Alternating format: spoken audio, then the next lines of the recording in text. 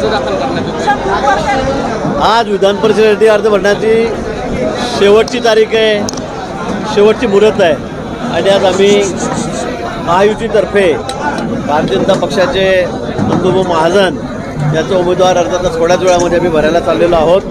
सर्व जिल्हाभरातून मतदार जे आहेत, विशेषतः नगरसेवक आहेत, नगराध्यक्ष आहेत, महापौर आहेत, सगळे आमदार आहेत, महायुतीचे सर्व लोकप्रतिनिधी या ठिकाणी आलेले आहेत.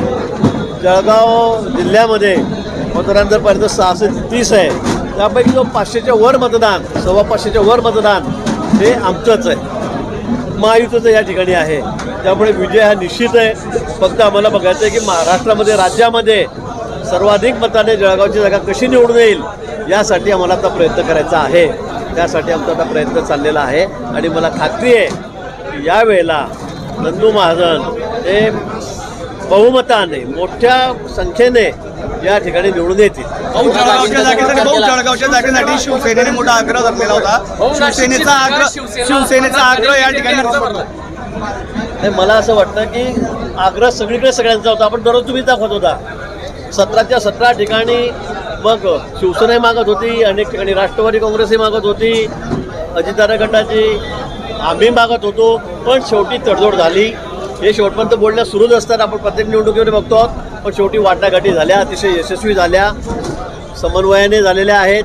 आणि त्यामुळे 4 जागा एकनाथजी शिंदे साहेब आहेत त्यांच्या गटाला दिल्यात, 2 जागा सुमित्राताई पवार आहेत त्यांच्या गटाला दिलेल्या आहेत, आणि 11 जागा आम्ही घेतलेल्या आहेत. आता या सगळ्या विषयावर पडदा पडलेला आहे. पण आम्ही सगळेजण मिळून एकत्रितपणे या जागा आता निवडून आणू. विरोधकांना खातंसुद्धा उघडता येणार नाही.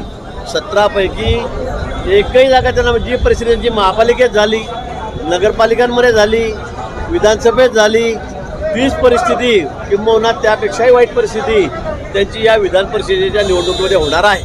नाशिकचे जागे गणेश किती माघार घेतील का? कारण त्यांनी अर्ज भरला शिवसेनेचे. मला वाटतं अनेक ठिकाणी आहेत, कार्यकर्त्यांनी फॉर्म भरलेले आहेत, अर्ज भरलेले आहेत, अजून अर्ज भरले सुरूच आहेत. आता एबी फॉर्म नाही मिळाला तर त्यांचे अर्ज बाद होतील. त्यांनी भाजप लिहिलं आहे ते. जे अपक्ष राहतील त्यानंतर आम्ही त्यांना सांगू, त्यांची मनधरणी करू, ते माघार घेतील. महायुतीमध्ये कुठेही दरार पडणार नाही, महायुतीमध्ये कुठेही बंडखोरी होणार नाही याची काळजी आम्ही या ठिकाणी घेऊ. आणि मी सांगतो की आम्ही सगळे 100% निकाल 17च्या 17 जागा या महायुतीला निवडून आणू. अनेक उमेदवार या ठिकाणी इच्छुक होते. अनेक लोकांची चर्चा होती जळगावमध्ये देखील. आता काही यादी जाहीर झालेली आहे, काहींमध्ये नाराजी पाहायला मिळते. भाऊ, नंदू भाऊंचं नाव नेमकं कुठे पुढे गेलं, कोणती बाजू निर्णायक ठरली? कुठेच नाराजी नाही आहे. नाराजी असती तर मग या ठिकाणी अमोल शिंदे आले असते का? नसते आले. नंदू अडवाणी आले असते का? नसते. आज आमच्या केतकीताई आलेल्या आहेत, त्यांचं नाव खूप पुढे होतं. त्यासुद्धा 2-3 तासापासून इथेच आलेले आहेत. गोविंद अग्रवाल आहेत आमचे नगराध्यक्ष शेंदुर्णीचे, ते सुद्धा या ठिकाणी आहेत. आमच्यामध्ये कुठेही नाराजी नाही. तुम्हाला कोणी बोललं का? नाही.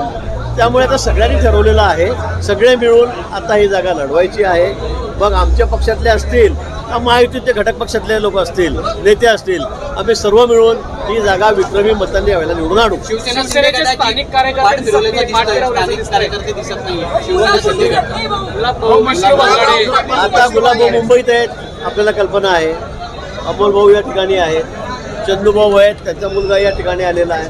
पण तुम्हाला जे लोक बाहेरगावी आहेत त्याच्याबद्दल आपण काय चर्चा करावी मला कळत नाही आहे.